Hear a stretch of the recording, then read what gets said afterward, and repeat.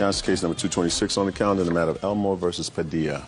Parties have been sworn in, Judge. You may be seated. Folks, have a seat, please. Mr. Elmore, the defendant is your sister. Yes, ma'am. And according to your complaint, you loaned her the money to make her mortgage payment for about a year. Yes, ma'am. It was about 10 months, probably. Yes, ma'am. And you loaned her that money with the understanding that if she did not pay you back, the title to the mobile home would be put in your name. Yes, ma'am. Either or, some kind of assurance that I'd get something out of it. And Ms. Padilla says that there was never an agreement that you paid her mortgage, but that was like rent because you were, in fact, living there. Now, explain to me how it came about that your sister and your mother were together in this mobile home. Well, I moved to Mexico, and after I moved there, my sister had my mother move in with her. I was down there about 5.5 to 6 months. I came back in, like, July. Where did you stay when you came back to work in July of 2004? For the first probably month and a half, I stayed at her trailer. So from, let's say, July and August. In August, I was in California, in San Francisco. When in August? The 1st of August, I got a job traveling, working in refineries. So you spent 1 month with your sister and your mother? Probably about that. Is that about right? I wasn't there during that timeout. Who was there? She was there, ma'am. All right, so you say she was there. So you lived there for a month in July. When did you have this conversation with her about the mortgage? I'd say it was in June. The end of June. So before you moved in? Yeah, I was still in Mexico before we had this conversation. So in Mexico, she called you and said what? That she's a couple of months behind on her payment. They're about to repossess it, and she moved my mom in with her, and I didn't want my mom to be, you know, stuck out because she didn't pay her bills. So? So I came back, and I got a job building swimming pools and started paying, you know. And she said that she wasn't working because she was waiting on a workman's comp thing to come through, which after a while, don't speak to him. At my stage in life, I can only hear one person talk at a time. Yes, otherwise I get confused. But after a while, you know, waiting on her workman's comp or whatever to start up so she could pay her own bills, you know, it got kind of old. And she was quite a bit behind, about $1,100, I believe. You were living in the trailer for the month of July. Yes, ma'am. So I would assume, at least for the month of July, you were going to pay some rent. Yes, ma'am, but this month of July, I was paying the month of May's rent. You know, I was paying her back payment. If you paid her the back payment for the month of May, how much did you pay for rent in July when you were living there? Well, I never had a set payment, you know. I mean, I guess I would owe for that month of rent, you know, but... I guess you might. Yes, ma'am. Because you were working, right? But see, none of that... Yes, ma'am. Go ahead. You don't think that she should pay for a time when you were living there and not paying rent? Yes, ma'am, but I was paying her bills too, evidently, because she was not working. She had no income coming in whatsoever. How much in total did you pay towards this trailer? Trailer and utilities. Trailer. Trailer, I don't really have an exact on just a trailer, but I would just send money orders, and whatever they put it on, that was that. That was nice of you. I don't hear anything about a loan. Yes, ma'am, that's what all this was a loan. Well, that's what you're telling me, sir. That's not what they tell me. Yes, ma'am, but I would not have come back, you know, to pay all her bills. I was living in motels this entire time. Not in July. No, I got that job in August. Not in July. Or the past 5 months. Listen to me. Where have you been living the last 5 months? A couple of months I was there, but then she got mad because I wouldn't let her use my cell phone, so she told me to get out of her house. She ended up calling the police to have me removed. Miss Padilla? Yes, ma'am. But anyway, my roommate here, he was having to loan me money because I was sending all my checks I'm talking about the last 5 months, Mr. Elmore. Where were you living? I've been living with him for the last month and a half. And in a little while, I had to live in a shed next door to the house, believe it or not. The night after she called the police, they made me leave and told me I couldn't come back. I stayed in the shed for about 3 weeks. Mr. Elmore, you and I are not coming together on the same wavelength. Yes, ma'am. Explain to me why you have a case of a loan. Well, because all of those things. I paid off her trailer payment. You know, I mean, her trailer got paid for, and it all came from me, ma'am. Over $4,000 worth, and I was not living there. Oh, Mr. Elmore. I didn't have it separated. Mr. Elmore. Yes, ma'am. Did you have an argument with your sister? Yes, ma'am, we did. What was the argument about, Mr. Elmore? It started over the cell phone. She asked to borrow my cell phone, I wouldn't let her. Why? That just, I don't know. You didn't feel like letting her? Yes, ma'am. So no, I had no reason, but I just told her no. So fine. She told me to get out of her house, and I told her no. You know, I said I paid all this. So she said it's in her name, and... So she said it's in her name, get out of my house. Yeah, exactly. I refused to leave. Well, she called the police. And what happened when the police got there? They made me leave. I left. Is that when you filed this lawsuit? It was a few days after that, when I was living in that shed. You know, I was watching the TV, and I just happened to see your show, and afterwards I called, you know. What is your last name? Elmore. Miss Elmore, who do you live with now? I live in the trailer with my daughter. What about her? She has moved into the trailer with me and my daughter. She lived there. So that when I ask you a question, I expect you to give me a full answer. You live in the trailer with your daughter and this lady. Yes. Who yes, else ma'am. lives there? Just the three of us now. Who pays the bills? All three of us. Yes, ma'am. Now, who was paying the bills, say, last July, August, September, October, November? Was your son paying the bills? My son paid a lot. He did. I have never denied that, but I was paying too. It wasn't Now, just Mike paying. And your son contributed, according to him, some $4,000 over a 13-month period. Is that right? Actually, it was more than that, but I've lost several receipts. Now, Mr. Elmore, Yes, ma'am. would you be here today if it wasn't for this cell phone incident, sir? Yes, ma'am. It'd been going through my mind for a long time, you know, because I wanted my money back. Well, you're not going to get all your money back, sir. You I'm lived sure. there for I'm aware of that, You but- lived there for 4 months. Yes, ma'am. I'm aware of that. Ma'am. And when, yeah. He came back in March, and he did not leave again until the end of August, the last week of August. No, ma'am. March, April, May, June, July. So it's 6 months. Not the last Yes. week of August. It was about the middle of August. So the date on the last receipt I had was 5/5 of 05. Just a so second. that's May. That's not March, ma'am. Just a second. Yes, ma'am. Are you saying your mother is a liar? She says you were there March, April, May, June, July, and part of August. So is what you're telling me that your mother is lying to me? Yes, ma'am. I'm saying I was not there then. Judge Judy continues in a moment. What you're annoyed about is that your sister told you to leave, so you got annoyed. And then you had nothing to do, so you went and watched me on television and said, aha!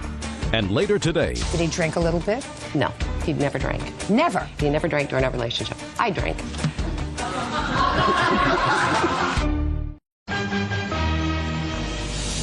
real cases, real people. Judge Judy.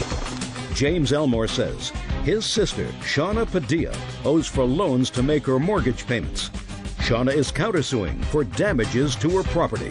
Now, tell me, in March, he came back for how long? It was about 2 weeks, I believe. And then he left out for the job. He never actually got to work on that job. He got sent back right after that. And when did he come back? I probably at the end of March. So was he living in the trailer in April, Yes, ma'am. May, Yes, ma'am. June, Yes, ma'am. July, Yes, ma'am. and part of August? No, ma'am, I Yes, was ma'am. not. And part of August? Yes, ma'am. Okay. And the previous July he was there when he came back from Mexico? Yes, ma'am. For 1 month? Yes. Miss Judy, she says that I was there before then. When like I said, I got the date on the first receipt that I paid is 7/14 of 04. I was paying a May 15th bill because when she called me, All right, she was listen 3 to me. months back. Listen to me, Mr. Elmore. She got her dates confused, ma'am. No, Mr. Elmore, listen to me carefully, sir. Yes, ma'am. Your sister does not deny, nor will she deny to me today, that she called you and said, I've gotten behind in my bills, I didn't call him, ma'am. or contacted him, or whatever, and said, I need some help. She's not denying that you gave her some help because the mortgage was behind. What your family is saying to you is you lived there for a longer period than you've indicated to me today, not just a couple of days, which you say in your complaint, you know, that your employer pays for your motel and that's where you were living, that you were living there for a period of at least, according to both your mother, who I believe, and your sister, July, part of March, April, May, June, July, and part of August. So at least 6.5 months. And for that, living there for all of that time, you contributed $4,200. That's pretty reasonable. You have a roof over your head, you have gas, you have electric, you have food, you have whatever else it takes. And if you helped your family out for another 3.5 months, you don't come in here and bother me about that. What you're annoyed about is that your sister, for whatever reason, after you said she couldn't use your cell phone, told you to leave. So you got annoyed, and then you had nothing to do, so you went and watched me on television and said, aha! I'm going to go and file a small claims court case. ma'am. Mr. Elmore, Well, we had Mr. Elmore, get a life. Case is dismissed. How did y'all excuse me? May step out. Excuse me, excuse me, excuse I me. have a ma'am. counterclaim. It's dismissed. Okay. If he bothered you, annoyed you for a year, and you let him bother you and annoy you for the year, that makes you not too smart. I moved out of the state to get away Very from him. good. That's exactly what you should do. case. Well, she got a free trailer. That's what happened. I paid plenty for that trailer. She got a heck of a ride off of me. I have also done many, many things to contribute towards his welfare growing up. My mother was there, you know? I mean, she wasn't doing nothing to help him. It breaks my heart. Don't trust no family member. And now the next case. All parties in the matter of Evans versus Fry Leach. Step forward, please. 24-year-old Brandy Evans is suing Kathleen Fry and her ex-boyfriend, Patrick Leach, for damage to her car. Brandy claims Patrick was riding his bike when he crashed into her parked vehicle. Miss Fry, are you the neighbor of the plaintiff? And not of the plaintiff, of the plaintiff's witness. And this is your boyfriend? Ex-boyfriend, yes. How long has he been your ex-boyfriend? Since about last November. And how long was he your boyfriend? About 18 years. That took you a long time to decide he wasn't the right one. Huh? Sometimes you don't think. Was there any particular reason why you terminated the relationship? We just weren't getting along anymore. Did he drink a little bit? No, he'd never drank. Never? Before we started going out, he drank, but he never drank during our relationship. I drank. Now, you were riding a bicycle. Yes, ma'am. With your girlfriend. Yes, ma'am. Where had you been riding? We usually rode 10 to 15 miles a night, just around our neighborhood and just around our block and so on and so forth. And at what time of the evening did you return to the house? It was probably between 8 and 8:30 in the evening. So it was dark? Yes, ma'am. Do you always ride at night? Yes, we did. It You was have mostly lights at on night. your bikes? No, we don't. Are you supposed to? Yes, we are. Probably. Probably, yeah. Do you wear a helmet? Yes, I do. For what? Safety reasons, in case somebody pulls out in front of me and Right. Right. That's why you have lights on bikes if you're going to be riding at night. And so tell me what happened, Mr. Leach. Our street was very dark. It has no street lights. I was pedaling, and her car is the color of night. It blended in, and it was parked, if I could show you on the diagram, it was parked probably a little farther back, but to me, it was illegally parked. And it was on a corner. I was pedaling, and I looked up, and next thing you know, under the tree, next thing you know, I hit the front end of the car. Okay, so Mr. Leach, we are talking now about certain things that you can do nothing about, because as night follows day, that's science. And in science, it's going to get dark outside. So when you're driving a vehicle, what they do is when a vehicle is operating, they put lights on the car so that you can see where you're going after night falls, right? So it's not the night's fault that you hit the car. Oh. Now, cars can be painted in many colors. It's not the car's fault that it was painted the color of night, right? Correct. So it can't be the car's fault that it was Correct. that color. Now, how long do you think this big tree has been living on the corner? I couldn't tell you. 10 years? Since before he moved in. Yeah. The tree didn't move, right? Correct. So it can't be the tree's fault that you hit her car. And the last thing that you said was her car, you believe, was parked illegally. True. But the car didn't move. Correct. There was only one thing that was moving. Mr. Leach, that would be you. I totally agree. Now, Miss Evans, tell me, you were awakened to the alarm going off in your car? No, we were watching a movie. I was over at my friend's house. And what It was happened? around 11 p.m., and I heard my alarm going off. So the And alarm we- did go off as a result of being hit? Yes. So I walked out, and they weren't near my car. They were walking away from my car. And I walked down and looked at my fog light, and my fog light was broken on the ground. And I walked back up halfway to the driveway, and that's when Kathy stopped me. Had you known her before that evening? No. So you never met her before? No. She walked up to you and said? And said, we were riding our bikes, and my boyfriend hit your car. And I looked over at him, and he was laying on the grass with his bike. That's not true. And Shh, Mr. Leach. Shh, Mr. Leach, look at me. And Kathy said she was going to run and go get her information, and that she did not want to go through the police. She did not want to go through insurance. That she wanted to pay cash. And she walked back over and said he had some to drink, and that here's her information to put estimates in her mailbox, and that she would get back to me. And she gave me her number. She gave me her work phone, her cell phone. Miss Fry, did you write down your telephone number, your work number? I gave her my business card. What did you give her your business card for? For the purpose of, I had walked over and explained that he had hit the car and that he was lying on the ground because he had hurt himself when the bike hit the car. And I said, I will get you the information and you can get estimates and the two of you can work it out. I brought her the information back over. I never stated that he was drinking because he wasn't. And I never stated that I would pay her cash because I am not the one that hit the car. What do you want to say? I was standing there and listened to her state that she would pay Brandy in cash to settle the matter. Tell me your last name. Curran. How long had you been neighbors, Miss Curran? I've lived there approximately 6 years. Okay. Mr. Leach. Yes, ma'am. There is no reason why Miss Fry should take responsibility for this. Exactly. So if the court were going to enter a judgment, it would have to be a judgment against you. Correct. So that, Miss Fry, you may sit down. Thank you. Now, sir, you're there all on your own. In 10 seconds, give me your best shot as to why you're not responsible for this. I never said I was not responsible. I took the car.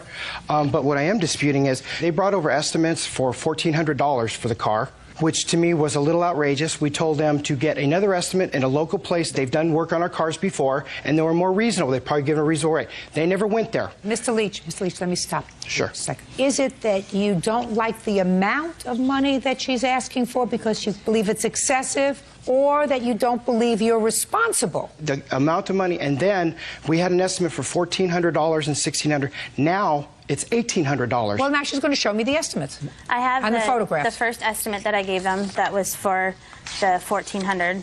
When I gave it to her, she asked me to go and get another one with their body, a place, and it shows it was only a month afterwards, not even a month after the accident, that I have for that quote. Just a second. What was the name of the body shop where you wanted them to go? Boulevard. This is one of those from Boulevard? Yes, and that's my third one. Can I see it, please? We never got that one. We never got those. I don't care whether you did or not. Now I have them. So am I correct? Boulevard gives you $621.72? Mm-hmm. That was just the paint that they said. They didn't say anything about the hood. That is, I have pictures of my hood and where it's not aligned with the other side from where he fell on it. And Your Honor, I did not fall on the hood.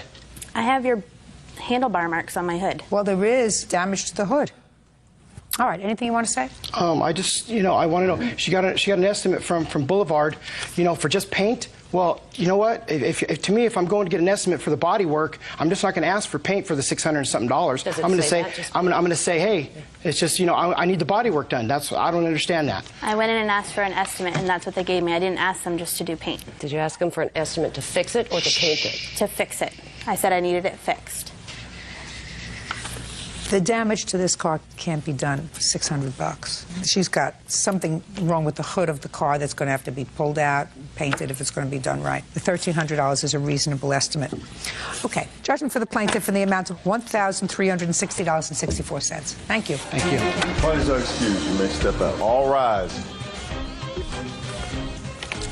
Your Honor, this is case number 201 on the calendar in the matter of McDaniel versus Julius. Parties have been sworn in, Judge. You may be seated. Ladies, have a seat, please. Ms. McDaniel, the defendant is your daughter. Yes, ma'am. Your complaint is really a simple one. And your complaint is that you made 2 loans to your daughter. Yes, ma'am. And she has not paid you back. Your daughter says that these were not loans, they were really gifts. But the matter becomes more complicated because of the nature of the loans that you claim to your daughter. Miss Julius, you had a daughter who was murdered. Yes, ma'am. When was she murdered? September 24th. She was found dead in her room. In your home? In her home. Has the perpetrator of that murder ever been found? There are 3 people apprehended as of right now for first-degree murder. How old was your daughter? 17. According to you, Miss McDaniel, you went to where your daughter was living, and your daughter did not have money for a burial. That's right. You agreed to loan her the money for the burial. Yes, ma'am. Subsequently, your daughter, who was not happy staying in the same house where her daughter was murdered, which is quite understandable because people had not been apprehended at that time, asked if she could relocate. And you agreed to loan her some money. Yes, ma'am. So that she could relocate. What was the extent of those 2 sums of money? The funeral was how much? $4,582.27. And how much did you advance your daughter to relocate? $1,487.68. The matter becomes more complicated because at some point, Miss Julius, you ascertained that there was a crime victim's compensation that you could apply for. The DA. The DA? From Carroll County. Told you what? Told me that there was a victim's fund relief. And what was it for? It was for expenses for Jessica's death. And I have been making payments. Just a second. Expenses for Jessica's death? Yes. Which included her burial? which my mother gave as a gift. Listen to me very carefully. Which included, yes. So the state of Tennessee had a fund which provided for the survivors of victims of violent crime to give them money so that they could pay for burial? Yes. And other related expenses? Yes. You applied for that? Yes. And you got a check? Yes. How much was the check? One was $5,300 and the other one was $1,024. Can I see the paperwork surrounding those two checks, please? There was a few gas expenses. Can I see the paperwork for the... This is exactly what Bert, I'll take a look but at I it. have more different, I have receipts to where I have been paying my mother. Just a second. They paid you $5,307.27 for the funeral. And then there were other related expenses, moving expenses. Are you telling me that you have proof that you gave some of this money to your mother? Yes, I have. I'd like to see it, please. I have receipts.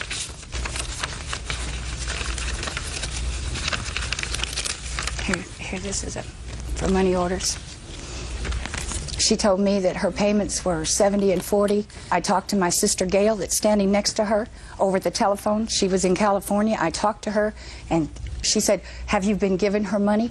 I said, yeah. She told me $70 and $40 on her credit cards. And that's exactly, I've been giving her a little bit more. Well, I see what you're talking about. You gave her $30, $40. And it started on 11/3, excuse me. I understand that, but these are very small amounts of money. When did you get the check from the state? In April.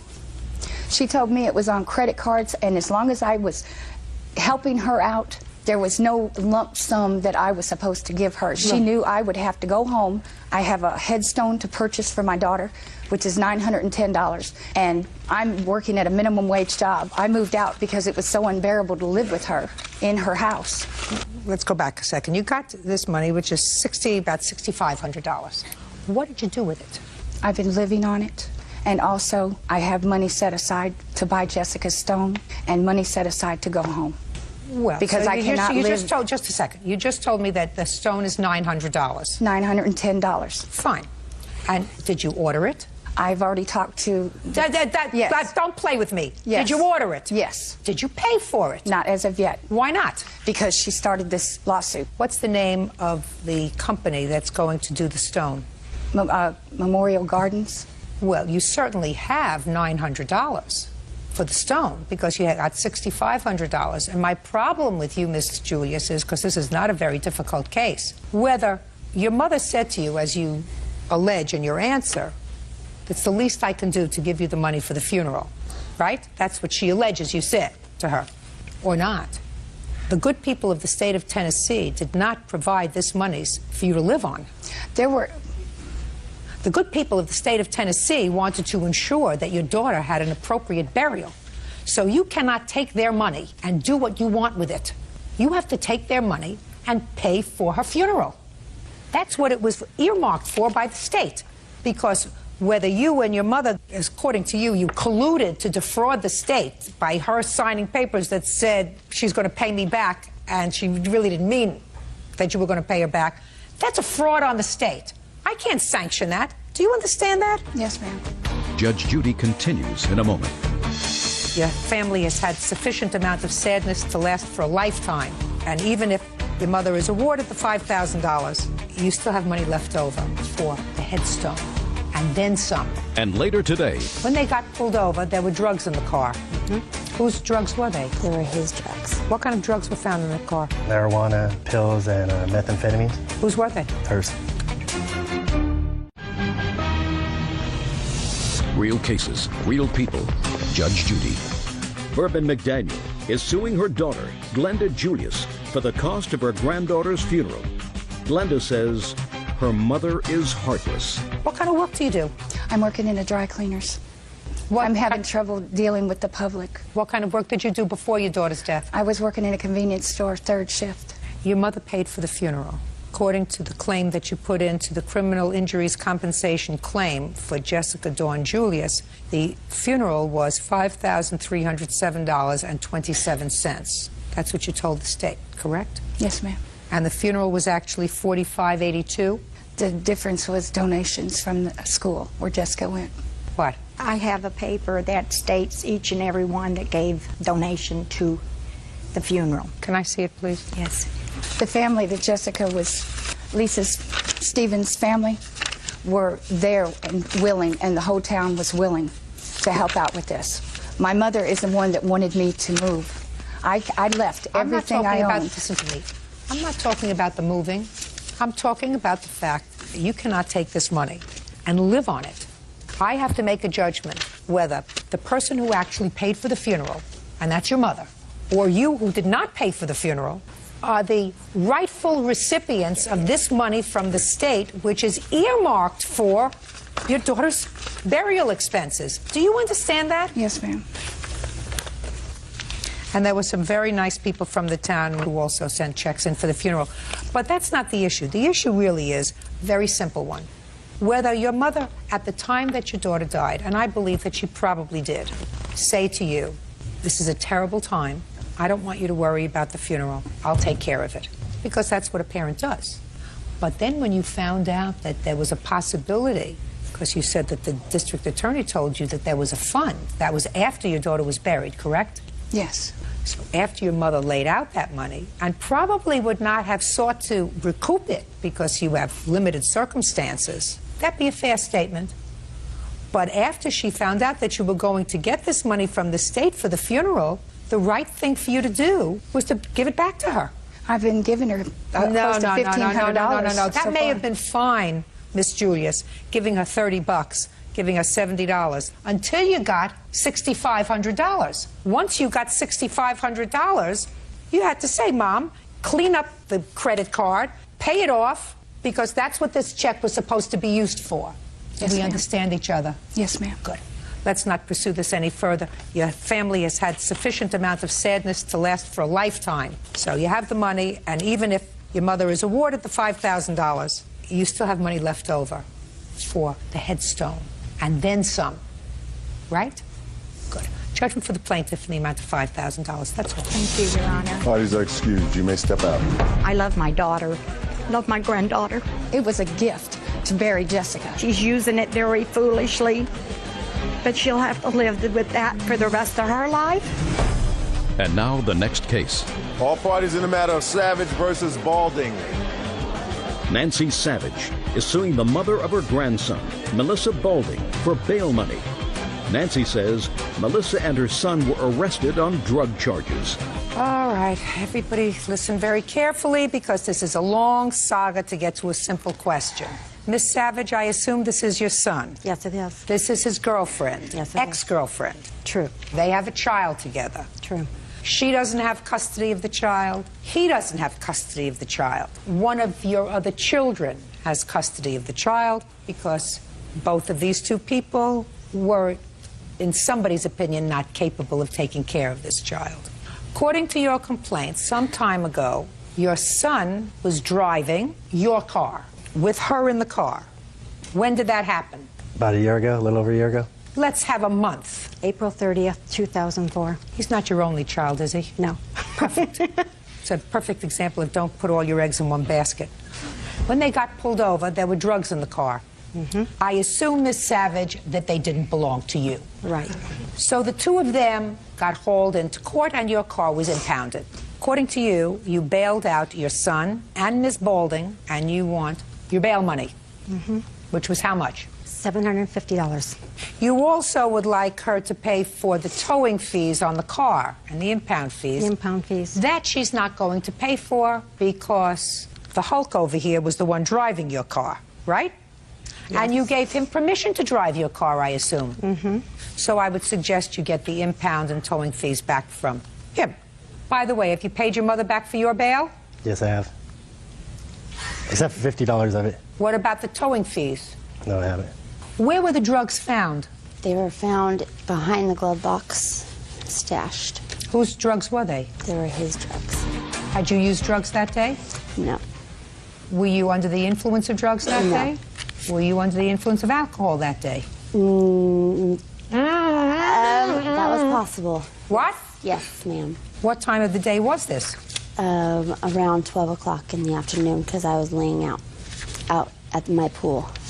What time had you started drinking? Around 12 o'clock. He's shaking his head no. I tend to believe him. Were any charges ultimately brought against you? Yes, ma'am. For what? That I'm not quite sure about them, but I have this paper right here stating that it was all dropped and dismissed. Let me see that, please. I have on the bail slip that I got her what her charges were. Can I see that, please? And she has one more charge than my son was, which I believe is being under the influence. She admitted to the police that she had taken somas. What is that? It's a muscle relaxer. Not that day, but previous. Now tell me about the call you received, Miss Savage, from the defendant about the bail. First of all, one of their friends notified me that their car had been pulled over, so I went to where it was because it was less than a mile from my house. And I asked the officer if I could get my car, and he said no, there were drugs involved, and one of them was under the influence, and so they were going to impound it. So I asked him where my grandchild was, and the officer went over and asked Melissa, and she told him it was at her apartment. So I told him I would take responsibility and go get Brian and have him stay with me. Who was watching him? Some of their friends. Go ahead. So I went and brought my grandson home, and I was trying to calm him and everything. He was very upset. How old is he? 2.5. Go ahead. I told him that Mommy and Daddy were having car problems, and when their car was fixed that they would come and get him, and he told me that I should take him to where they were. So Melissa started calling. The first call, she was like, you have to get me out of here. I can't stay in here. You need to get me out. I'll do anything. Whatever it is, I'll pay you back. Just get me out. And that was the first of one of many calls. I probably got between 15 and 20 calls that night, and every time she called, she woke my grandson up. And what about your son? He called me once. Did you go and bail him out? I bailed both of them out. No. He called you once? Once. When did you bail him out? Steve got released around 2 o'clock that afternoon, and Melissa got released 8:30, 9 o'clock that morning because there was a woman in jail that Melissa had identified for another crime. Oh, just a second. This incident happened at 12 noon. No, the incident happened at like 10 o'clock that night that they were pulled over. Yes. Oh, so she had been drinking from 12 noon until 10 o'clock at night, according to her. Oh, I didn't understand that. Now I understand. Okay, and during that whole time, she called you numerous times. She called me about 15 to 20 times, and she told me that they wanted to test her for drugs and she wasn't going to give them a urine sample, and that when she had to go to the bathroom that she would have the girls in the waiting cell stand around her so they didn't know that she was urinating. Step up. What happened to your case? My case was dropped before hers was. What kind of drugs were found in the car? Marijuana, pills, and methamphetamines. Whose were they? Hers. Oh. That's interesting. Not yours. The marijuana was mine. I admitted to the cop when we were stopped. He asked if there were any drugs in the vehicle, and the marijuana was in my pocket. And I handed that to him, and he found the other drugs when we asked for my license and registration. When she opened the glove box door, he saw a container that everything else was in. Who are you? Her mother. Step up. Why do you think your daughter didn't call you to bail her out? Because I taught her not to call me and bail any of my children out until they have gone to their first preliminary hearing. She was in Ohio. Just a second. They'll possibly lower the bail or drop the What's your last name? Daly. Miss Daly, how many children do you have that have been arrested? Oh, this one. So when you said you've taught all your children not to call you until after they have had their first bail hearing, you were really referring just to her? No, I raised 4 daughters as a single parent. Yes. And I worked in law enforcement for 30 years. Yes. And I just informed them that if they got into a situation where they ended up in jail, I would hope this wouldn't happen, but I just wanted to make sure that they knew what to do. How many years have you spent in law enforcement? All told, 20. Between us, we have more than a half a century in law enforcement, Miss Daly. How many children do you have? 4. Between us, we have 9 children. Did you ever have a conversation and tell your children, if you ever get arrested, make sure you wait until your first bail hearing because your bail will probably be lowered? Do you remember having that conversation when you told them about, don't talk to strangers, don't go near people's vans? You ever remember having that conversation with your 4 children? Negative. Me neither. So you want to go through this one more time with me? Because unless you're kooky, because I never heard of a mother, even in law enforcement, sitting her children down and saying, listen, never talk to strangers, be home at midnight, don't give any strangers your phone number, and if you ever get arrested, I want you to wait until your first bail hearing before you call me, because your bail may be reduced. Were you happy to get out of jail? Yes, ma'am. Pay her the money. Judgment for the plaintiff in the amount of $750, that's all. Parties are excused. You may step out. Judge Judy's always right, but... Now, this is case number 217 on the calendar, the matter of Tyler versus Cantrell. Parties have been sworn in. You may be seated. Folks, have a seat. Mr. Tyler, the defendant is your daughter, and it is your claim that she had you falsely arrested for stealing her car. Your daughter says that you did exercise control over that car without her permission. She had every right to notify the police that you had, in fact, taken the car without permission. So let me start with you, Miss Cantrell. I understand that you are married. Yes, ma'am. Your husband is in the armed services. Yes, ma'am. Where is he currently located? He's in Afghanistan. And how long has he been there? He's been deployed since October. This car was originally purchased for him. Yes, ma'am. Tell me how it came about that your father got the car in his possession. The car was on my grandmother's property, and he took it because he was angry that my mom had left him. Where did you get the car from, Mr. Tyler? Judge, I originally bought the car in Cleveland, Alabama at a car auction. What do you mean you bought the car? I was there to buy some cars, and my ex-wife had called her, and she came over to the auction. And she seen the car, and she said, I'd like to have this for Kevin, her husband. Who paid for the car? She did. So that she bought the car. You didn't pay for the car. No, she well, wrote a check. you said I bought the car well, at an auction. I meant, Judge, that I was there to buy the car, and she wanted it, so I let her have it. That's how You were at an auction to buy several cars. Your daughter came with you. She saw a car that she wanted. She wrote out the check for it, so she bought the car. Right. Don't play with me, Mr. Tyler. Okay, I'm not, Judge. I guarantee you. Okay. It's not going to happen. Okay, so your daughter bought a car, and according to her, she parked it at her grandmother's house. No, Judge. Where was it? It was in my yard. So it was in the yard of the house where you were living? Uh-huh. Who were you living there with? My ex-wife. Anybody else? My cousin. What's the address of this house? 77, Highway 75. And is that where the car was taken from? No, ma'am. Where was it taken from? 71, Highway 75. That's where your grandmother lives? Yes, ma'am. Do you live next door to your mother-in-law? That's my mother, Judge. Your mother? Yes, ma'am. Was the car parked at her house at any time? No, Judge. Okay.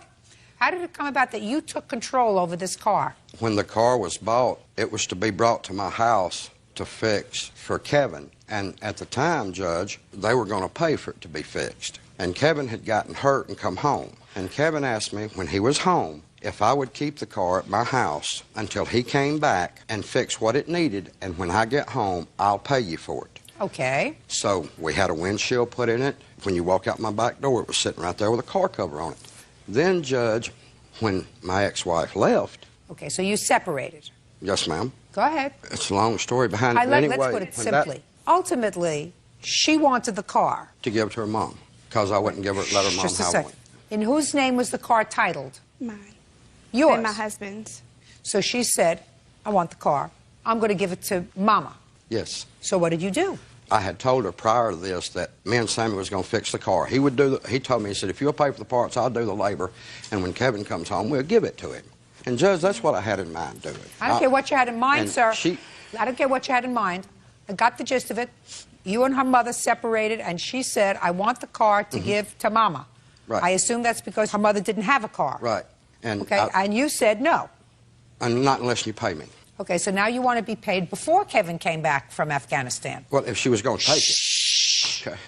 You had made an arrangement with Kevin that he would pay you for the parts when he came back from Afghanistan. Yes, ma'am. That was your contract. Yes, ma'am. So now you're changing the contract because now you want to get paid right away.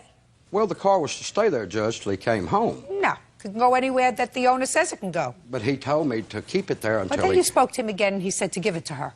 No, he called on the phone. I said you spoke to him again and he said to give it to my wife. If she pays. No. Yeah. He said give it to my wife. If she pays the labor to Sammy, not the parts. But just the labor. Labor to Sammy has nothing to do with you. Right. What did you do with the car? Well, a couple of days there, the car winded up. You could tell where it had tried to be broken into. Not for sure who done it, We took it and put it in storage. Not we, you. Well, me and my cousin. He had done the labor on it, Judge, and I'd paid for the parts. Did you tell her where it was? Yes, I told her I'd put it in storage, and when she paid us, she could get it. There was a labor lien against it. And she wanted proof of it, Judge, so I sent her proof of it. Let me see what you mailed her. And read,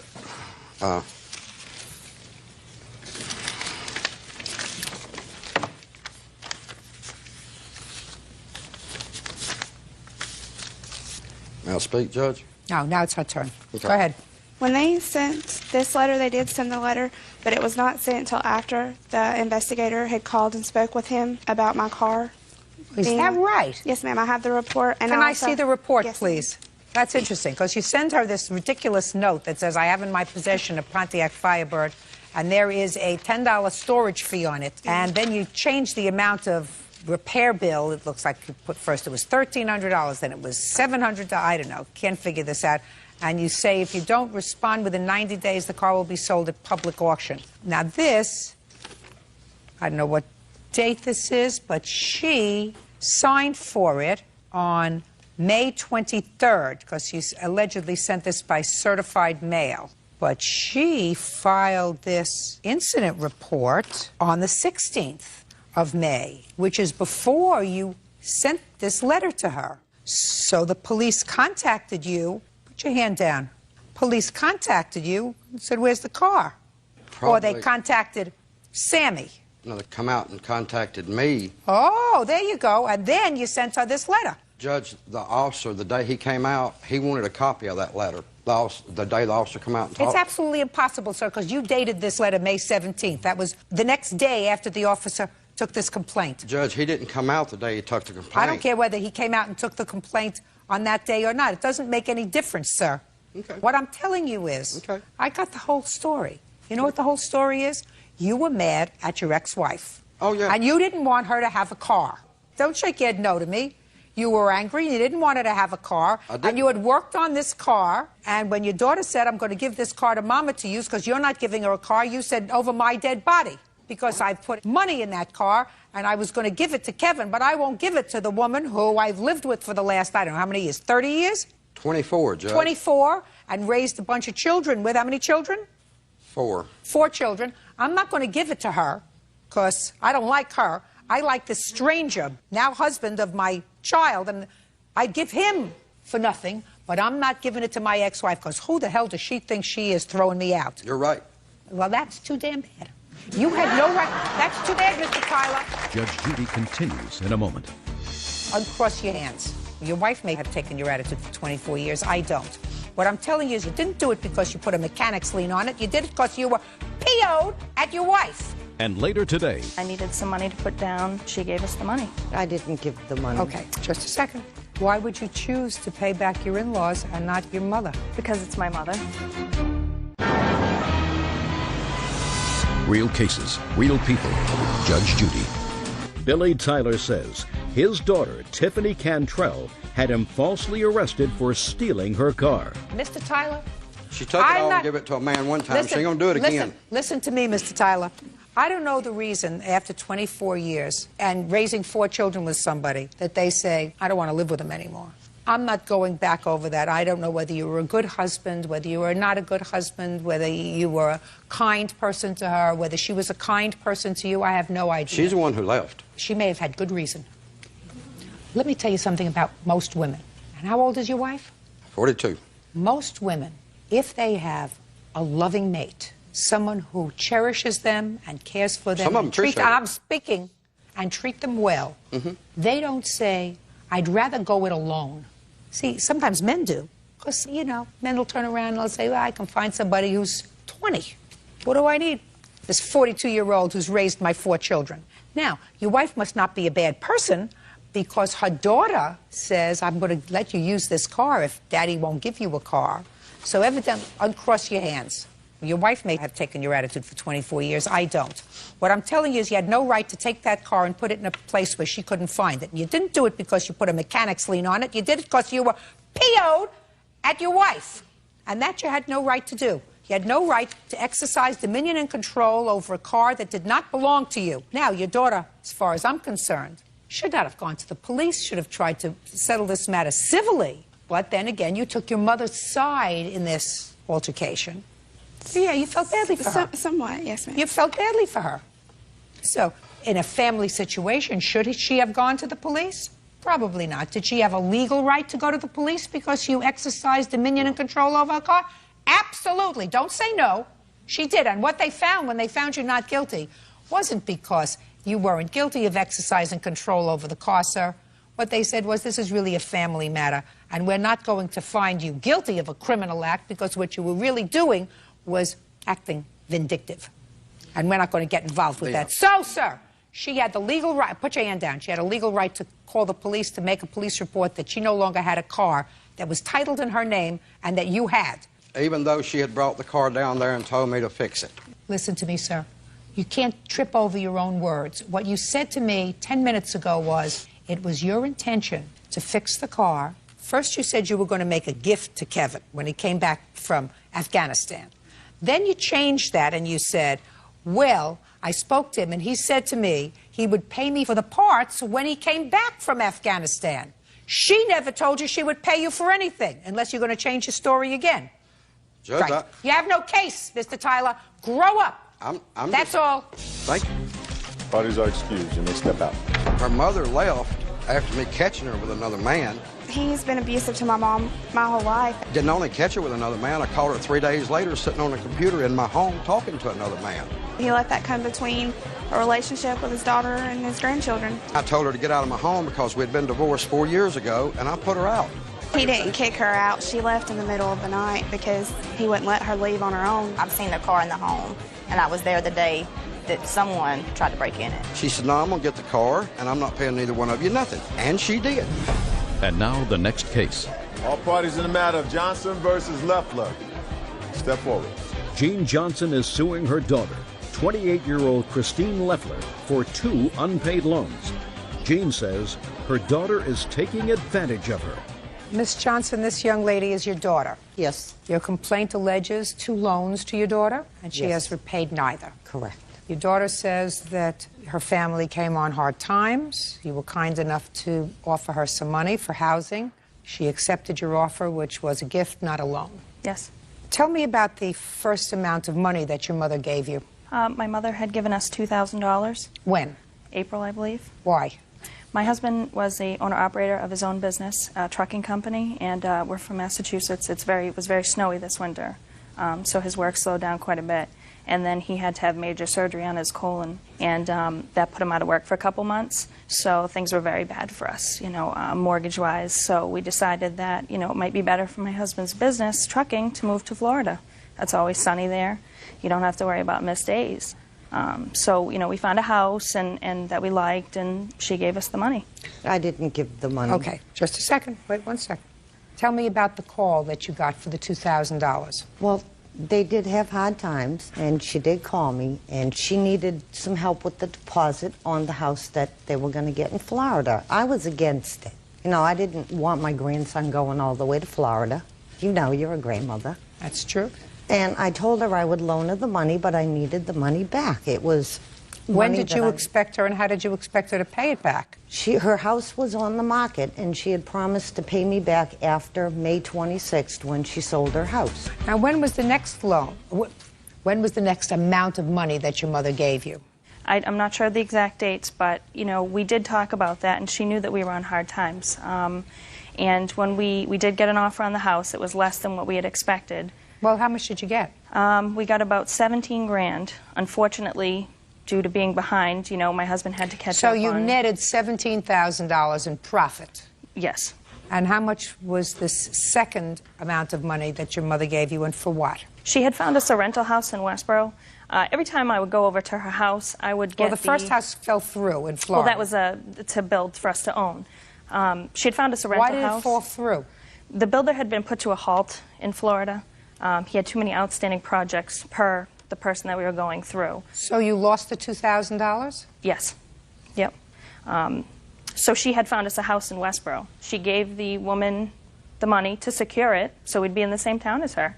And I knew that she knew that we had no way of paying her back. I couldn't pay my mortgage. How was I going to pay her back all this money? It's ridiculous. Out of the sale of the house. Well, that's just the thing, Your Honor. I mean, everybody else that, my husband had his truck that he owned, which was quite a lot of money every month, so we had all these back months that I had to pay. And, we owed money to his parents. I mean, it was just out of control this winter. How much money did you owe to his parents?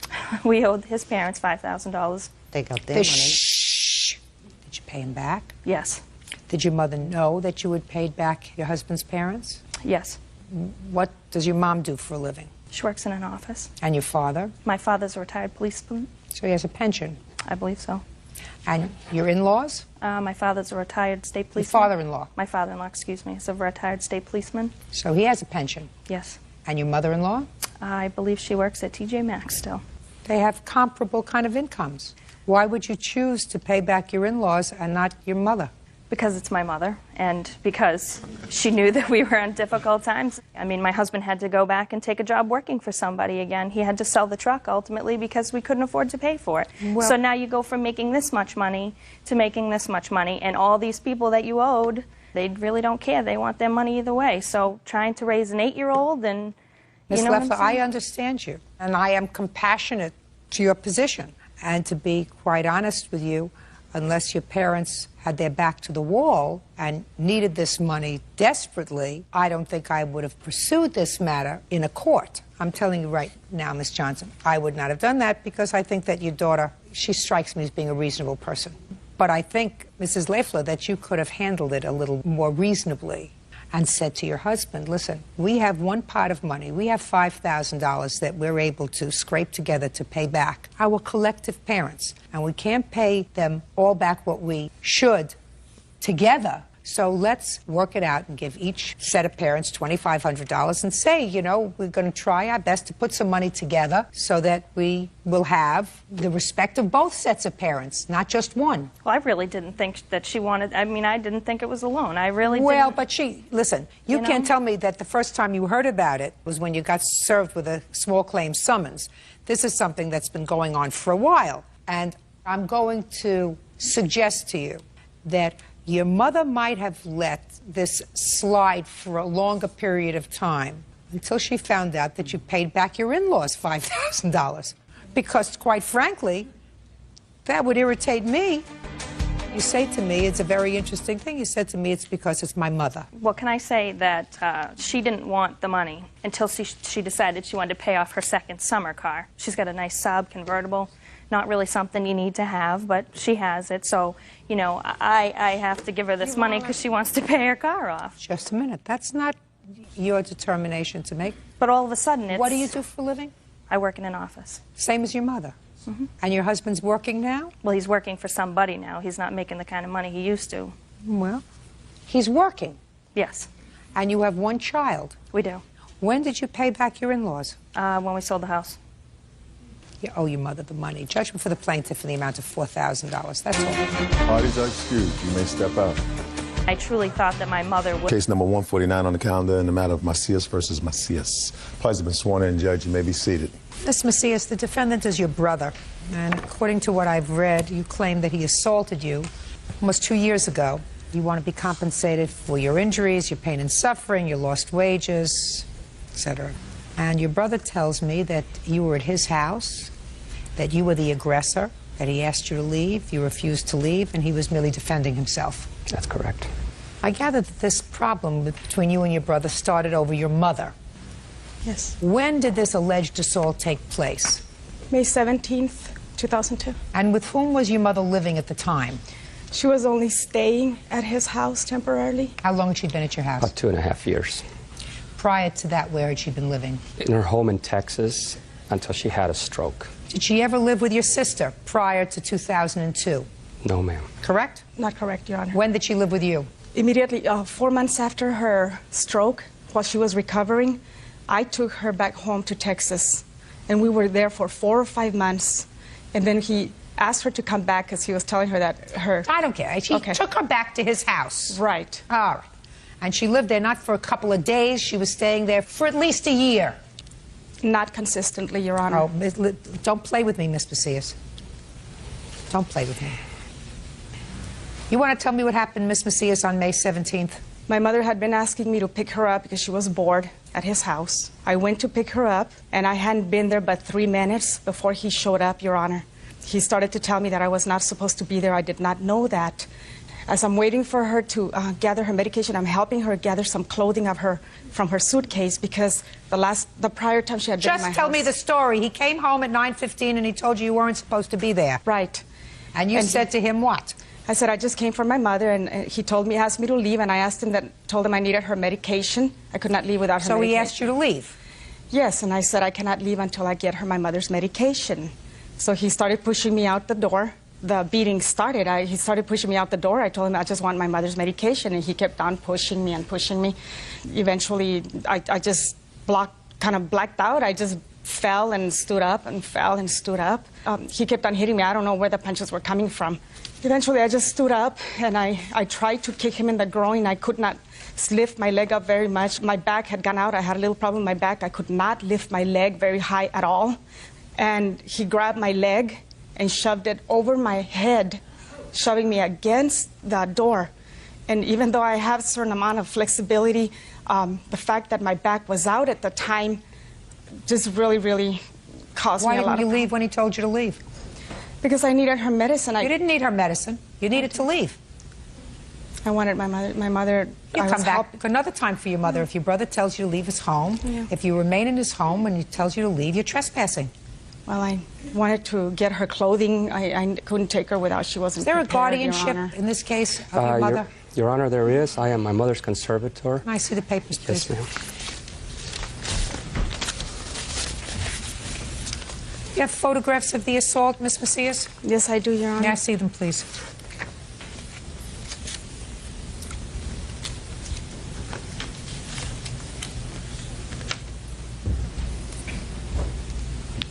These are rulings by the court which suggests that your brother has conservatorship over your mother. Yes. Really, the limited purpose of assuring that she received proper daily medical care. The court did not believe that you were in a position at that time to assume that responsibility, despite the fact that your mother seemed to indicate that you would be her preference. The court also noted in its order that you had a difficult time controlling yourself during the course of the hearings. Did you act out during the course of the hearings? Only on 2 occasions, Your Honor, when he made very serious allegations and accusations. I was really upset because this has been going on since my mom got sick, and he has dragged me to court repeatedly trying to get restraining orders to keep me away from my mother. And I was just very upset, and this has been the hardest thing for me. I've had to go to group therapy because he has upset me. Are you on medication, Ms. Macias? No, Your Honor. Had you been? In the beginning, when I went to group therapy, before this went to the conservatorship, yes, I was taking medication for stress and depression, Your Honor. I was very upset over... It's suggested, but it's not discussed in here, but I assume that that's true. Well, I just could not control my nerves, Your Honor. Who took these photographs? My son. Okay. Most of the black and blue marks that are here were around the arm. Yes. Looks as if someone's trying to restrain you. Is that right? Yes, Your Honor. All right, Mr. Macias, you want to tell me what happened? Yes, ma'am. On the day of 5/17/2002, I did have the occasion to come by my house in the morning. I had forgotten keys that I needed while on the job. I was on duty at the time. And I found my sister inside my home after I had asked her several times. I did not want her anywhere near my family because we had a record of legal incidents that had transpired up to that point. She had filed restraining orders. I had filed restraining orders. We had gone back and forth. Put your hand down, Ms. Macias. We had gone back and forth. And we had gotten to the point where she was no longer a person that was welcome in my home. How long had it been since your mother was out of your home? She had just been with my sister a few days earlier for Mother's Day, the weekend before, just 5 days earlier. You took her there, to her house? I believe that, I don't remember who took who. I believe that she picked her up. I don't recall the exact. Okay, so that wasn't a problem? It was 5 days prior. So it wasn't a problem. She was, in fact, seeing her? Yes, she was. So tell me what happened when you got home looking for your keys. When I got home, I was surprised to find her, and I asked her to please remove herself. I asked her what she was doing there, and she said she was helping Mom get her things together because she was going to take her. And I asked her, how long are you going to take her for so I can give you the right amount of pills for my mom? And she said, it's none of your business. I'll take her as long as I want to keep her. And I said, well, then, Rose, she's not going with you. And furthermore, I want you to get out of my house. So she says, I will get out of your house whenever I feel like it. She starts waving her hand in front of my face and using the F word multiple times. So I walked up to the front door, I opened it, I asked her to walk out. And when she refused to walk out, I grabbed her by the blouse, by the arm. Maybe she may have sustained those bruises. And I started walking her backwards towards the door. She immediately turned around and attacked me with martial arts moves. She went. Just tell me how she did that. She went. She tried to kick me in the face. I have pictures to show my injuries also. She tried to kick me in the face, which I blocked with the back part of my right arm. And then she repositioned and double punched me karate style below my left collarbone. And then she came down and tried to kick me in the groin. At that point, I blocked her kick, and I was able to hold onto her leg and raised it. And as she stated earlier, she fell inside my home, striking a piece of furniture, a china cabinet, with the back of her hand. Judge Judy continues in a moment. He told you to leave his house. You didn't leave his house. He had the right to escort you out. You both behaved badly. What I want to know is why 2 years down the road you are deciding to sue him. And later today, I should make a gift to you of $870. To help me out when I took a 2-week leave of absence from work. And you were already separated at this time? Correct. Yeah, get over it. He doesn't have to be a real idiot. real cases, real people. Judge Judy. Rose Macias says her brother, Juan Macias, assaulted her by throwing her to the ground. Juan says Rose was trespassing in his home. Where is your mother living now? Everywhere. What do you mean everywhere? She bounces around from state to state, Your Honor, ever since he got her conservatorship. Immediately after he received it, he told me over the phone that my mother staying at his house was jeopardizing his job, his marriage, and his lifestyle. He has never wanted to take care of her, Your Honor. I have been her primary caretaker. Could you just tell me where she has been living for the past year? She has been living mostly at her home at my mother's request. After this incident happened, we went to court, and the court asked my mother again where she would prefer to reside. And based on everything that happened, and she witnessed this, she was scared, and she said, I'd rather go live with my sister at this point. Miss Macias. Yes. Your mother was interviewed by the police. Yes. And clearly, if your mother is living with you now, your mother was not angry with you. Your mother said that she was there during this entire incident, and at no time did she ever see your brother punch you or kick you, as you have described. She, as a matter of fact, specifically says that that didn't happen. Mm-hmm. Can you explain that to me? Yes. Your Honor, when the police department asked me what had happened, I told them that I just remember feeling punches and kicks. I didn't know. I just remember falling over and over again. Your mother was there.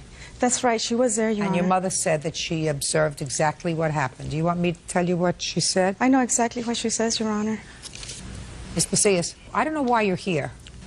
You both behaved badly 2 years ago. He could have been a little more temperate. He told you to leave his house. You didn't leave his house. He had the right to escort you out. You both behaved badly. What I want to know is why 2 years down the road you are deciding to sue him. I really was trying to honor my mother's respect because my mother's begging me not to bring her to court against both of us. Right, she's absolutely right. So why didn't you honor her now? And that was the reason. So why didn't you honor her now?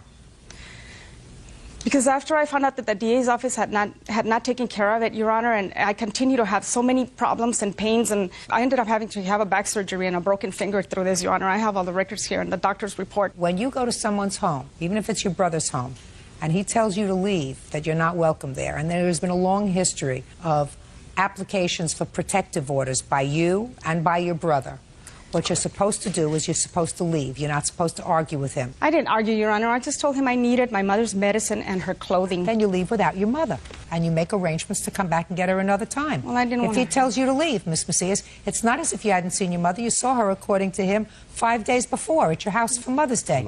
And he hasn't prevented you from picking her up. That day, he told you he wanted you to leave. That's what you should have done. I think that you both behaved badly, but it doesn't require a lawsuit 2 years later, and it doesn't require court involvement. And I certainly believe that you should have honored your mother's wishes because it's a family dispute, and it should have stayed within the family. The case is dismissed. That's all.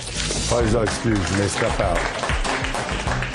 This is actually, I believe, the 8th or 9th time we have faced each other off in court. All I can say is this guy is like a very, very pathological liar. The restraining orders had to do with her stalking my young son at school. I have never stalked his son in any way.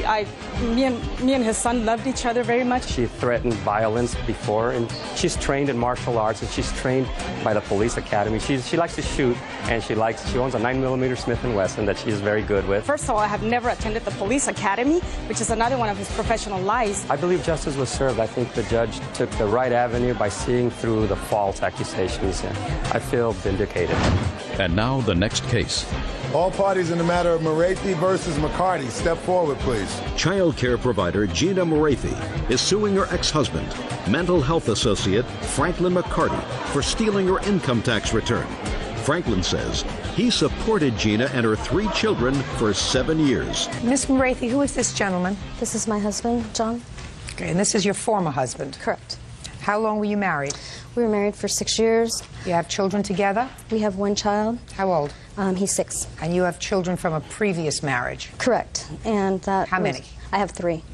According to your complaint, an income tax return that was due you was deposited in a joint bank account. Correct. That it had not been switched over after or during your separation and during the divorce. And Mr. McCarthy used that money. Correct. And he doesn't deny that, is that right? Yes, ma'am. How much was the income tax refund that you got? I was supposed to receive $3,012. Your defense is that you supported her and her 3 children for years. Yes, ma'am. And the money is yours. Yes, ma'am. Right? Wrong.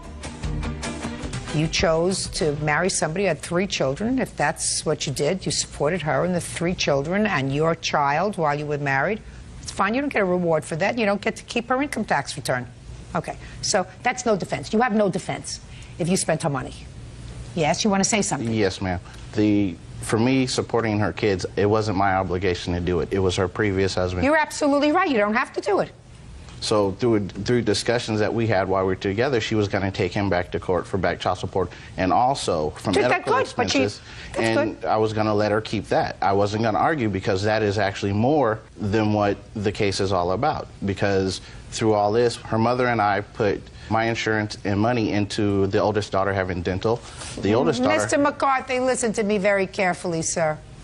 I know that when you got this money, when you realized that it was her income tax refund, you were lying in bed with your eyes open and conjuring up all the reasons to support your argument that that money should morally... I'm speaking. You made me bite my lip because you went to interrupt me. That money should legitimately be yours because you took on the responsibility of her 3 children and she was supposed to get that money from her husband. If she got the money from her ex-husband, you would have let her keep that money, but she never got the money from her ex-husband, so you couldn't let her keep it, but now she's got some money from an income tax refund from her job, so that should be yours. That's what you're telling me. No, ma'am, that's not correct. We didn't know until June of this year that her income tax came in, because of the IRS told her that they were going to take her income tax because of her bankruptcy. So when the money came in and I opened my new account, I had direct deposit from previous jobs, my state income tax, my regular income tax, and a paycheck still going to that account before everything would be switched over. So when I went in there, I said, I need to take this much out, because I asked for my balance. I said, okay, I need to leave $1,650 in there and open a new account. Just a second. Why were you leaving First of all, you want me to believe that for 6 months you didn't look at this account and you just have your checks go in. Are you independently wealthy? You live on a trust fund? No, ma'am, I don't. All right. Most people who have a job and they're waiting for their income tax returns, especially when they're getting $4,000 back, they know when it goes in there. Yes, ma'am. And you get a statement, and that statement shows that not only did your $4,000 go in there, but somebody else's $3,000 went in there. No, ma'am, I don't look at my bank statements. Well, my dear, you should. Did you take any money out of this account after your check went in? Yes, ma'am. How much? $870. What was that for? That was a gift from him to help me out when I took a 2-week leave of absence from work. And you were already separated at this time? Correct. Yeah, get over it. Get over it. He doesn't have to be a real idiot. Why should she make a gift to you of $870? Well, we have a son together. So what? Especially when you find that you have money in the bank. Then you say, listen, I don't want you to give me this $870 because if I really needed money, now that we know that there was $3,000 in there that belonged to me, just give me the difference. Now, if you got this $2,142 back, it's my understanding from your papers that you went through a personal bankruptcy. Is that right? Who gets this $2,142? United States Bankruptcy Court. So you are really here on behalf of the United States Bankruptcy Court. Is that what you're saying? I was ordered to turn it over. You had how much in debt when you filed bankruptcy? Approximately $20,000. And to whom? A lot of medical bills, basically. What were the medical bills for? Psychiatric. Whose? Mine. So if I were to award this money, the check would be made out to the United States Bankruptcy Court. Is that right? Correct. And that's what you want? Yes. Perfect. Judgment for the plaintiff in the amount of $2,142. The check is to be made out. Make sure that my clerk has the bankruptcy court number. Okay. Thank you very much. That's all. In the matter of Vadvilovich versus Cash. Parties have been sworn in, Judge. You're welcome. You may be seated. Folks, have a seat, please. Ms. Vadvilovich, the defendant is your former boyfriend. You say he owes you money for a car down payment and a cruise. He says he doesn't owe you any money. As a matter of fact, you owe him money. You damaged his car. You had a hissy fit. You had an accident with a car that he's being held liable for it. So after a very short relationship, each of you claimed the other owes them in excess of $5,000. So let's start with you. When did you first meet him, and when did you make the first loan? I first met Mr. Cash the end of January of 2004. And when did you make the first loan, and what was it for? The first loan was made at the end of February for down payment on his, I believe it's an 01 Chevrolet Corvette Z06. So you met him in January? Yes. February, he gave him money? Correct. That was pretty stupid. Yes, it was. Okay. Tell me about how that came about.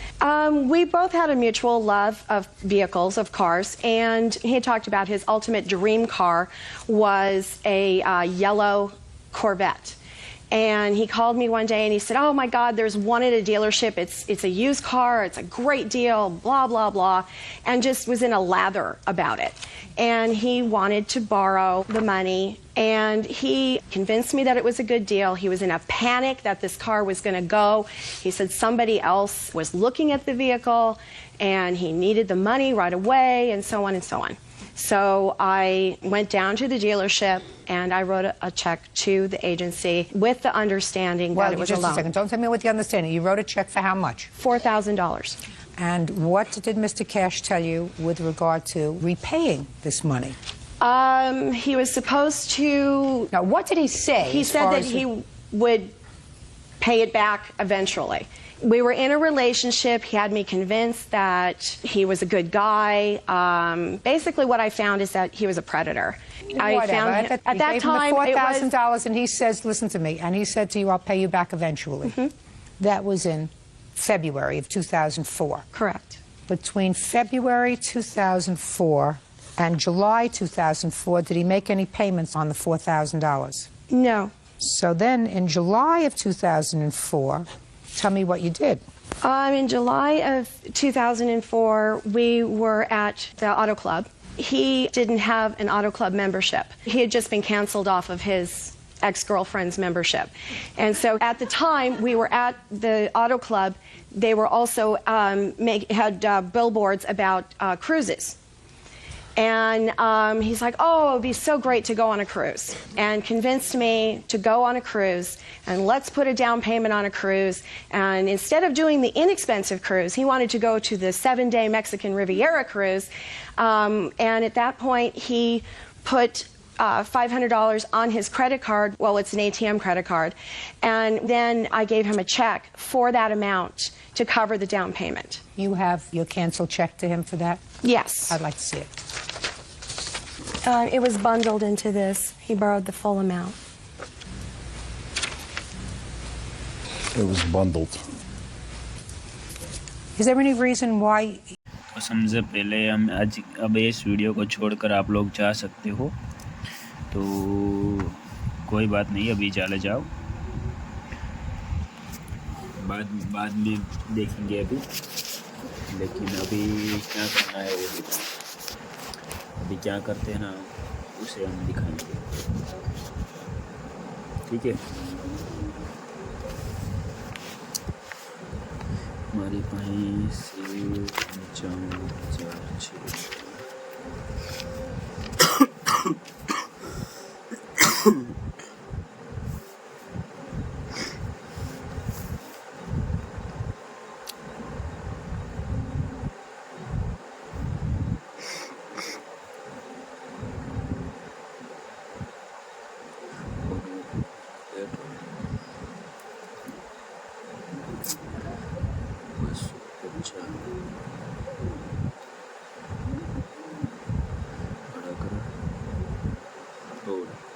तो તમને એક વસ્તુ દેખાડું, જો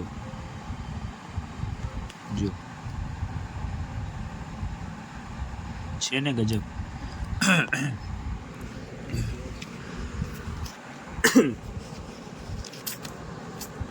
આ છે pen અને pen કહેવાય.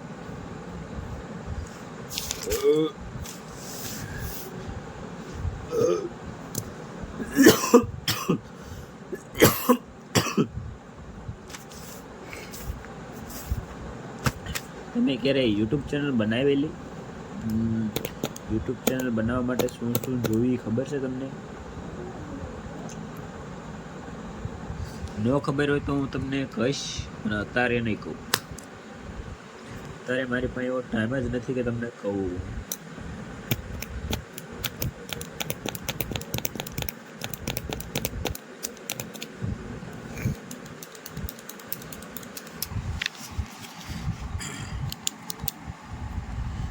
देखो अभी कुछ ड्रॉ करके दिखाता हूँ अभी मैं आपको. यह इतना अच्छा है, यहाँ पर करके दिखाता हूँ. क्या बना रहा हूँ वो बताना.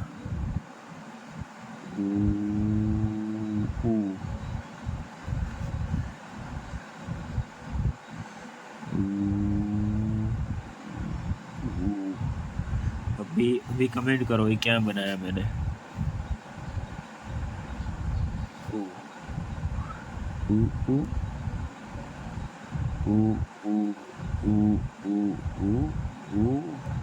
टिक टिक टिक टिक टिक टिक टिक टिक टिक टिक टिक टिक टू टू टू टू टू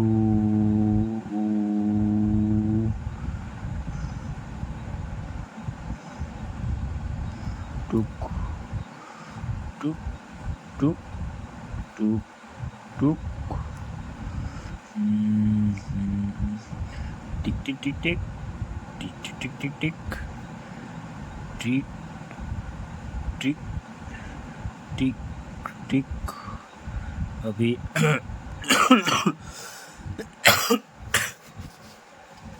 अभी कुछ बना रहा हूँ, अभी पूरा नहीं हुआ. इसको यूं करेंगे, ये थोड़ा हिसाब, ठीक है. इसको इधर से यूं करेंगे थोड़ा यहाँ तक, इसको भी यहाँ तक. इसको यूं करेंगे थोड़ा सा, इसको भी यूं करेंगे और इसको थोड़ा बड़ा कर देंगे. अभी इसको भी थोड़ा बड़ा कर देंगे. नहीं ये तो थोड़ा छोटा रहेगी, इतना करेंगे, इतना. ठीक है. टिक टिक टिक टिक टिक टिक. इसके आगे मैं नहीं बनाऊंगा क्योंकि फिर कुछ लोगों को कुछ गलत ही समझ में आने लगेगा यार. ठीक है. यहाँ तक ही मैं गर्दन बनाऊंगा. समझ गए ये क्या चीज़ है. फिर ये इसका नीचे का पार्ट अभी हम बनाएंगे. ठीक है. तो इसको नीचे का पार्ट बनाने के लिए पहले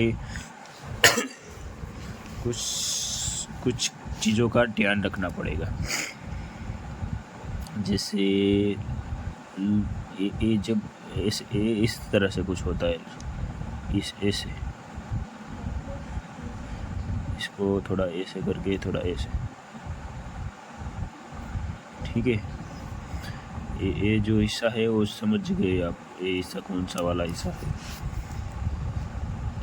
ये वो जो बीच में होता है ना वो वाला। फिर यहाँ पर हम कुछ बनाएंगे अभी, देखो यू करके, यू थोड़ा सा यू, इसे थोड़ा नज़दीक करके,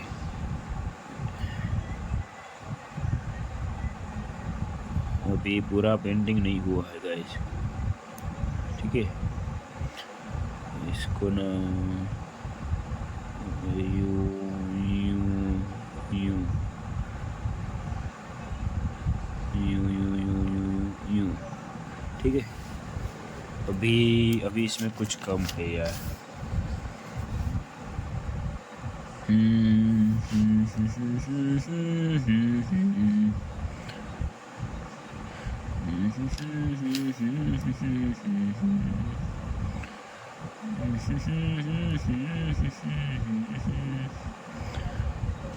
इसके आगे नहीं बनाऊंगा, आप लोग समझ जाना।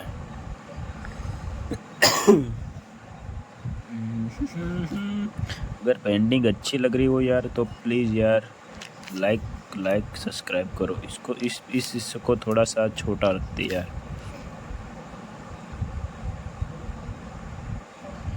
लो ठीक है, कैसी बन रही है यार। अभी इसको कपड़े पहनाएंगे। कपड़े कैसे कपड़े होंगे पता है क्या? देखो ये गर्दन वाला भाग, ये वाला दूसरा वाला, फिर इसको थोड़ा नीचे लेंगे, ऐसे ऐसे ऐसे ऐसे कपड़े पहनेंगे। यहाँ से इतने ही कपड़े पहनेंगे, देखो। और नीचे के कपड़े हम पहनाएंगे कुछ इतने कपड़े पहनाएंगे, देखो दिख रहा है, यहाँ तक इतने कपड़े पहनाएंगे हम, ठीक है।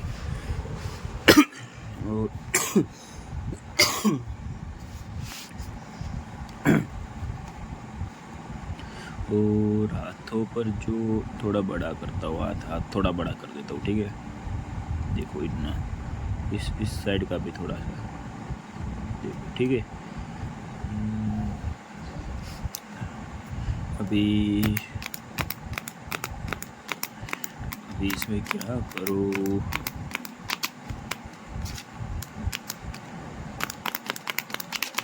कुछ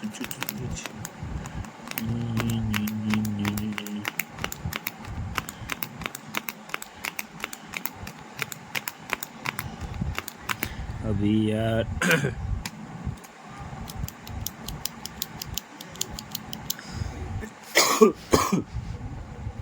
अभी सोच रहा हूँ यहाँ पर कुछ और कुछ बनाऊँ यार।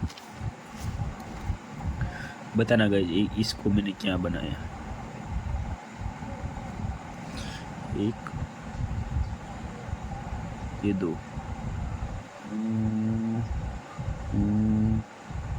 देखो ये क्या है, ये है लैंड। लेकिन अभी इसको हम कुछ और भी इसका हम कुछ बना सकते। देखो आपकी नज़र ऐसी है ना कि कोई भी आपको पता चल जाएगा कि आप कैसे इंसान हो। देखो अभी कोई बोलेगा कोई नहीं बोलेगा ये लंड है। देखो कोई भी अभी नहीं कहेगा कि ये लंड है। ये लंड नहीं है, ये अभी कोई बन चुका है इंसान। इसकी शक्ल देखो, ये दिख कहाँ रहा है, वो आपको इसकी आंखों से पता चलेगा। ये आपकी लंड को दिख रहा है, कितनी देर से दिख रहा है वो पता नहीं। अभी कुछ और बना के दिखाता हूँ।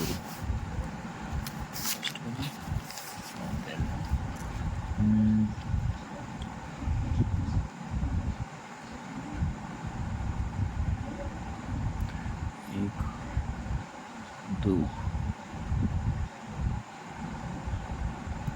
एक इसका है, ये कमेंट करे जिसका इतना ही है, और जिसका इतना है वो भी कमेंट करे।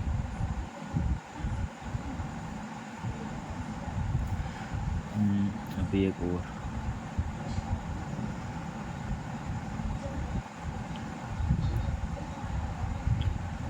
इसका इतना बड़ा है, इसका है भी है इतना बड़ा।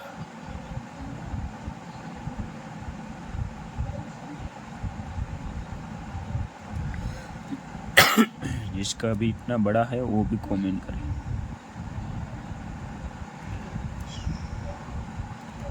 ठीक है, जिसका इतना बड़ा है ना लंड वो भी कमेंट करें। और एक इधर एक इधर, अभी कुछ अलग ही कुछ बनाते हैं।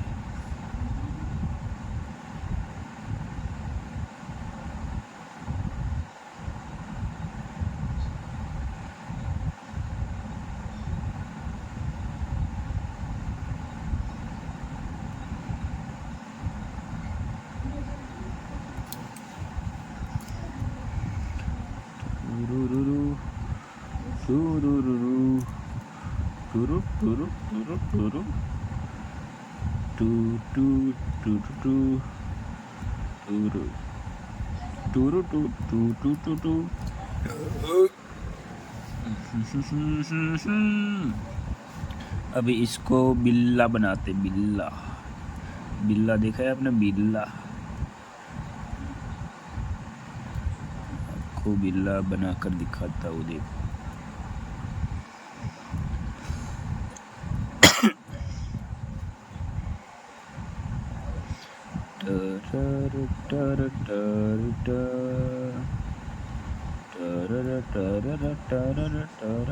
समझने वाले समझ जाएंगे, बाकी सब माँ चुका यार।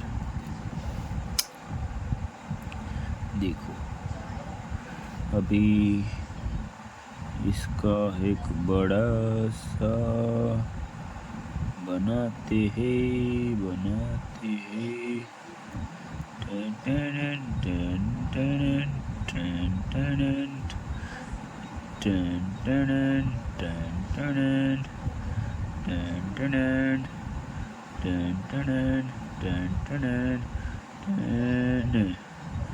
और अभी भी कुछ कमी है यार इसमें। अब देखो कुछ बनाते हैं यार।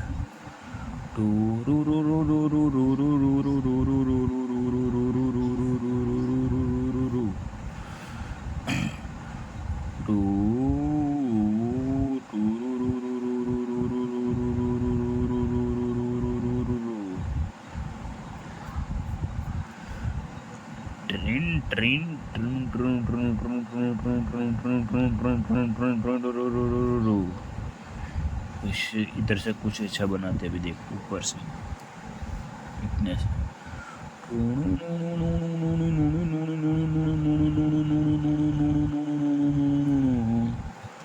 इधर से कुछ बनाते अभी।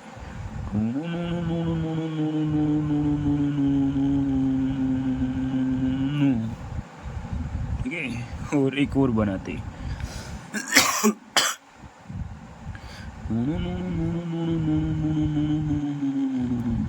एक और।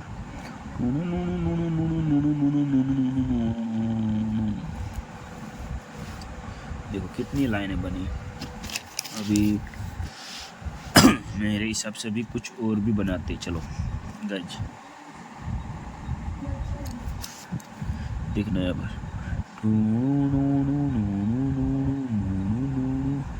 दिख नहीं रहा होगा कहाँ शायद। अभी देखो, अभी देखिए।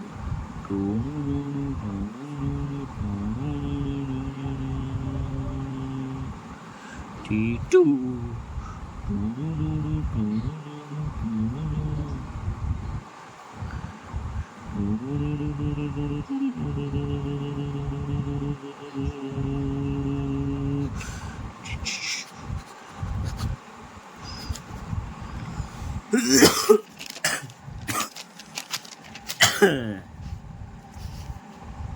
यहाँ से कुछ और बनाते हैं।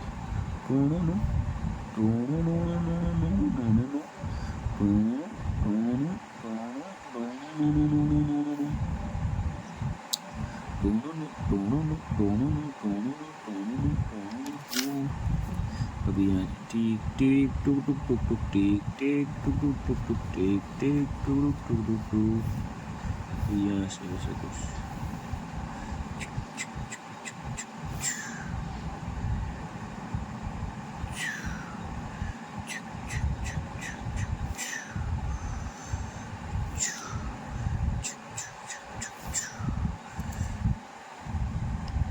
अभी यार